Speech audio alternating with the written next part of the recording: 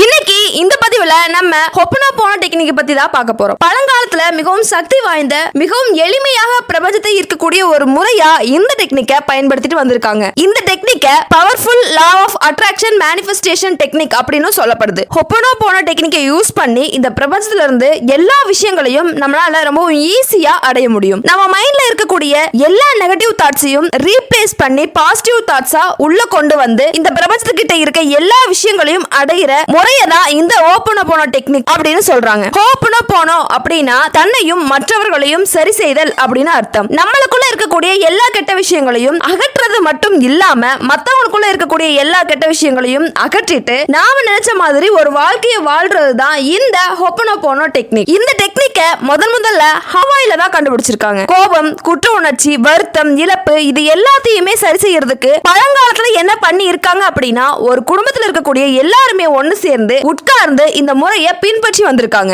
இந்த தியான முறையில தன்னோட நெகட்டிவான உணர்வுகளுக்கு மத்தவங்க தான் காரணம் அப்படின்னு மத்தவங்க மேல பழி சுமத்தாம தன்னுடைய எதிர்மறை எண்ணங்களுக்கு எதிர்மறை உணர்வுகளுக்கும் நான் தான் காரணம் அப்படின்னு பொறுப்பு ஏத்துக்கணும் அப்படின்றதுக்காக பயிற்சி செய்வாங்க. சுத்தம் செய்யப்படாத எதிர்மறை எண்ணங்கள் தான் உடல் குறைபாட்டுக்கும் உடல்ல வரக்கூடிய நோய்களுக்கும் ஒரு முக்கிய காரணமாகவும் நம்பப்படுது. இந்த கிளீனிங் ப்ராசஸ் பண்ணாத வரைக்கும் எதிர்மறை எண்ணங்கள் எதுவுமே சரி செய்யப்படாது. ஹவாயில ஹீலியகலா ஹியூலன் அப்படின்ற ஒரு பர்சன் ஸ்பிரிச்சுவல் ஹீலரா இருந்திருக்காரு. இவரோட பொண்ணுக்கு ரொம்பவே உடம்பு சரியில்லாம ரொம்ப தீவிரமா ஒரு தோல் நோயால பாதிக்கப்பட்டு இருக்காங்க. அவங்கள யாராலையும் சரி செய்ய முடியல. நாளடைவுல அவங்களோட தோல்ல இருந்து ரத்தமும் கசிய ஆரம்பிச்சிருக்கு. அப்பதான் இவரு இந்த ஹோப்பனோபோனோ டெக்னிக்கை யூஸ் பண்றாரு. ரொம்பவும் ஆச்சரியப்படக்கூடிய ஒரு விதமா அவருடைய பொண்ணுக்கு அந்த நோயும் குணமாயிருக்கு. இதனாலதான் அவரு அந்த பண்டைய கால முறையை முழுமையா படிச்சு தெரிஞ்சுக்கிட்டு இந்த ஹோப்பனோபோனோ டெக்னிக்கை 4 முக்கியமான எளிமையான மந்திர வார்த்தைகளா கொண்டு வந்திருக்காரு. அந்த 4 மந்திர வாக்கியங்கள் என்ன அப்படின்னா I'm sorry, please, forgive me,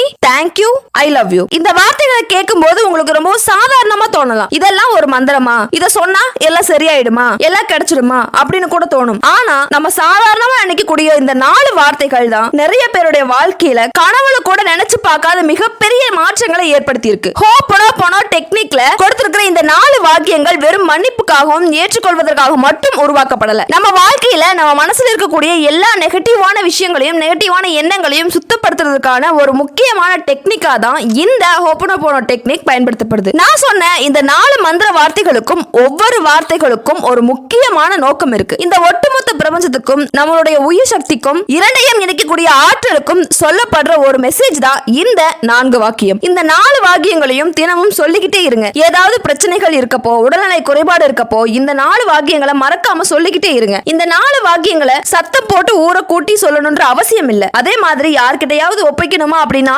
அதுவும் கிடையாது. உங்களுக்குள்ளேயே மனசார உணர்ந்து உணர்வு பூர்வமா இந்த 4 வாக்கியங்களை சொன்னாலே போதும். உங்களுக்குள்ள நிறைய மாற்றங்கள் ஏற்படும். இந்த 4 வாக்கியங்களும் உங்களுடைய உள் உணர்வுகள், உள் எண்ணங்கள் இதன் மூலமா தான் நல்லாவே வேலை செய்யும். அதனாலதான் இந்த 4 வாக்கியங்களையும் மனசுக்குள்ளேயே நல்லா உணர்வு பூர்வமா சொல்லிக்கோங்க. இந்த 4 வாக்கியங்களுடைய நோக்கம் என்ன, அந்த 4 வாக்கியங்கள் எதற்காக பயன்படுத்தப்படுது, அந்த 4 வாக்கியங்கள் என்ன சொல்ல வருது அப்படின்றத பத்தி பார்த்துடலாம். முதல் வாக்கியம் ஐ எம் சாரி. பொதுவாவே நம்ம ஏதாவது தப்பு பண்ணிட்டோம் அப்படின்னா தான் ஐ எம் சாரி, நான் மன்னிப்பு கேட்டுக்கிறேன் அப்படின்னு சொல்லுவோம். அதே மாதிரி தான் லைஃப்ல நம்ம தெரிஞ்சோ தெரியாமலையோ பண்ண தப்பு எல்லாத்துக்குமே தினமும் மன்னிப்பு கேட்கிறோம். இந்த வாக்கியங்களை சொல்றது மூலமா உங்களை நீங்களே ஏத்துக்கிறீங்க, உங்களை நீங்களே மன்னிச்சிடுறீங்க, உங்களோட தவறுகளை உணர்ந்துடுறீங்க, உங்களுடைய எண்ணங்கள் உணர்வுகள் இது எல்லாத்துக்குமே நீங்களே பொறுப்பேத்துக்கிறீங்க. எந்த பிரச்சனைக்குமே நான் காரணம் இல்லை அப்படின்னு நினைச்சீங்கன்னா இன்னும் நிறைய விஷயங்களை நீங்க புரிஞ்சுக்கவே இல்ல அப்படின்னு தான் அர்த்தம். உங்களுக்கு நடக்கிற பிரச்சனைகள், உங்களை சுத்தி நடக்கிற பிரச்சனைகள் இது எல்லாத்துக்குமே தெரிஞ்சோ தெரியாமலையோ ஏதோ ஒரு வகையில நீங்க காரணமா தான் இருப்பீங்க. அது எல்லாத்துக்குமே சேர்த்து மன்னிப்பு கேட்கறதுல தப்பே இல்ல. நம்மளுடைய வாழ்க்கையில நடக்கக்கூடிய சில எதிர்மறையான விஷயங்களுக்கு காரணம் நம்ம முன்னாடி செஞ்ச சில செயல்களா இருக்கலாம், இல்ல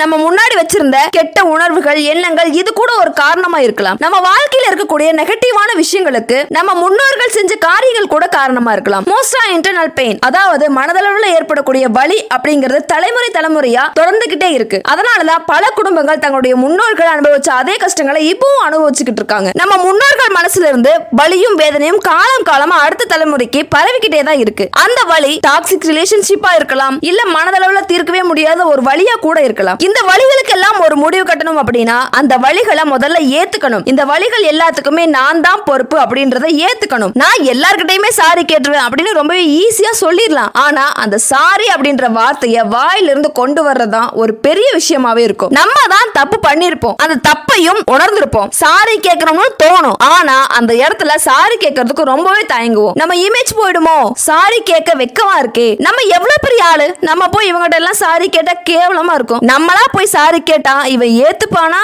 இல்ல மறுபடியும் ஏதாவது அசிங்கப்படுத்துவானா, இப்படி யோசிக்கிறதுலே காலம் போயிடும். எந்த உறவா இருந்தாலும் அதுல பிரச்சனை வர்றதுக்கு ஒரு முக்கியமான காரணம் மன்னிப்பு கேட்க தயங்குறது தான். ஒரு தடவை நிதானமா யோசிச்சு தாம் பண்ணது தப்புன்னு மன்னிப்பு கேட்டாலே எல்லா பிரச்சனையும் சரியாயிடும், எந்த பிரச்சனையுமே இருக்காது. மனுஷங்களோட பொதுவான இயல்பே தாம் பண்ண தப்புன்னு ஏத்துக்க மாட்டாங்க. தாம் பண்ணது தப்பாவே இருந்தாலும் அது கரெக்ட்ன்ற மாதிரி தான் ஆர்கியூ பண்ணுவாங்க. இதனாலேயே பல தேவையில்லாத பிரச்சனைகள் உருவாகும். ஐ எம் சாரின்னு ஒரு தடவை சொல்லிட்டாலே எல்லா பிரச்சனைகளுக்கும் தீர்வு கிடைக்கும். இதுதான் ஹோபனோபோனோ டெக்னிக்கோட முதல் வாக்கியம். இந்த வாக்கியத்தை அடிக்கடி சொல்லிக்கிட்டே இருங்க. நீங்க தெரிஞ்சு செஞ்ச தவறுகள், தெரியாம செஞ்ச தவறுகள், இப்படி எல்லாத்துக்குமே ஐ எம் சாரி அப்படின்னு சொல்லிக்கோங்க. அடுத்ததா ஹோபனோபோனோ டெக்னிக்கோட இரண்டாவது வாக்கியம் ப்ளீஸ் ஃபர்கிவ் மீ. முதல்ல சொன்ன வாக்கியம் நான் மன்னிப்பு கேட்டுக்கிறேன் அப்படின்னு மட்டும் சொல்றது. நம்மளுடைய ஹையர் செல்ஃப் கிட்டையும் இந்த பிரபஞ்சத்துக்கிட்டையும் ப்ளீஸ்னு கெஞ்சி கோரிக்கை வைக்கிறோம். அதே மன்னிப்பு தான், ஆனா கொஞ்சம் ரெக்வெஸ்டா வைக்கிறோம். ஒரு தடவை நீங்க இந்த வாக்கியத்தை சொல்லிட்டீங்க அப்படின்னா நம்ம கிட்ட இருக்கிற நெகட்டிவ் விஷயங்களை கிளீன் பண்றதுக்கான பொறுப்பை நம்ம ஏத்துக்கிட்டோம் அப்படின்னு அர்த்தம். நம்ம கிட்ட இருக்கிற நெகட்டிவான விஷயங்களை அழிக்கிறதுக்கு தேவையான ஒரு முக்கியமான டெலிட் கீ தான்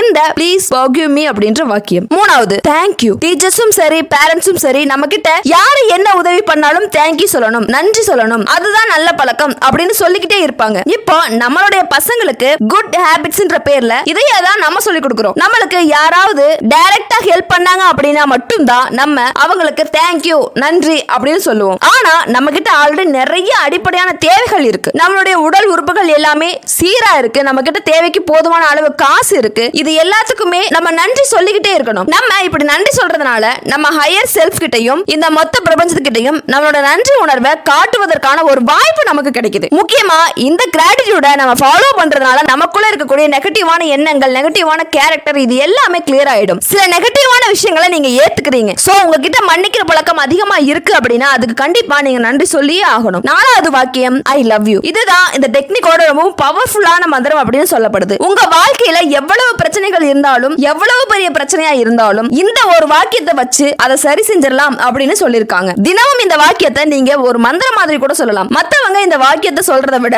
உங்களுக்கு நீங்களே ஐ லவ் யூன்னு சொல்லிக்கோங்க. உங்களை நீங்க எவ்வளவு அதிகமா நேசிக்கிறீங்களோ அதே அளவுக்கு உங்க வாழ்க்கையையும் நீங்க நேசிப்பீங்க. வாழ்க்கையில ஒரு நிம்மதியும் கிடைக்கும். வெறும் மனுஷங்களை மட்டும் நேசிக்காம சுத்தி இருக்கிற மரம், செடி, கொடிகள், விலங்குகள் இது எல்லாத்து மேலையும் அன்பு காட்டுங்க. ஏன்னா இந்த மரம், செடி, கொடிகள், விலங்குகள் இது எல்லாத்துலயுமே இந்த பிரபஞ்சம் நிறைஞ்சிருக்கு. இந்த ஐ லவ் யூ அப்படின்ற வாக்கியத்துடைய ரிசல்ட் ரொம்பவே எஃபெக்டிவா இருக்கும். இந்த ஐ லவ் யூ அப்படின்ற வாக்கியத்தை இந்த பிரபஞ்சத்துக்கிட்ட நம்ம சொல்லும் போது நம்மளோட நன்றி உணர்வு வெளிப்படும். சாதாரணமா சும்மா வெறுமனே வாய் வார்த்தைக்காக ஐ லவ் யூ அப்படின்னு சொல்றதை விட இந்த பூமியில இருக்கக்கூடிய எல்லா விஷயங்களையும் அனுபவிக்கிறதுக்கு என்ன அனுமதிச்சதுக்கு ஐ லவ் யூ அப்படின்னு சொல்றப்போ நம்மளுடைய ஹையர் செல்ஃபும் சரி இந்த பிரபஞ்சமும் சரி நம்மளுடைய அன்பையும் நன்றி உணர்வையும் உடனே ஏத்துக்கும். இந்த 4 வாக்கியங்கள், அதாவது I am sorry, please forgive me, thank you, I love you, இந்த 4 வாக்கியங்களும் சேர்ந்ததா இந்த ஹோபனோபோனோ டெக்னிக். இந்த 4 வாக்கியங்களை நம்ம தினமும் சொன்னாலே போதும் நம்மளோட வாழ்க்கையில மிகப்பெரிய மாற்றங்கள் ஏற்படும். இப்போ இந்த ஹோபனோபோனோ டெக்னிக் எப்படி லா ஆஃப் அட்ராக்ஷனோட ஒத்து போகும், இதை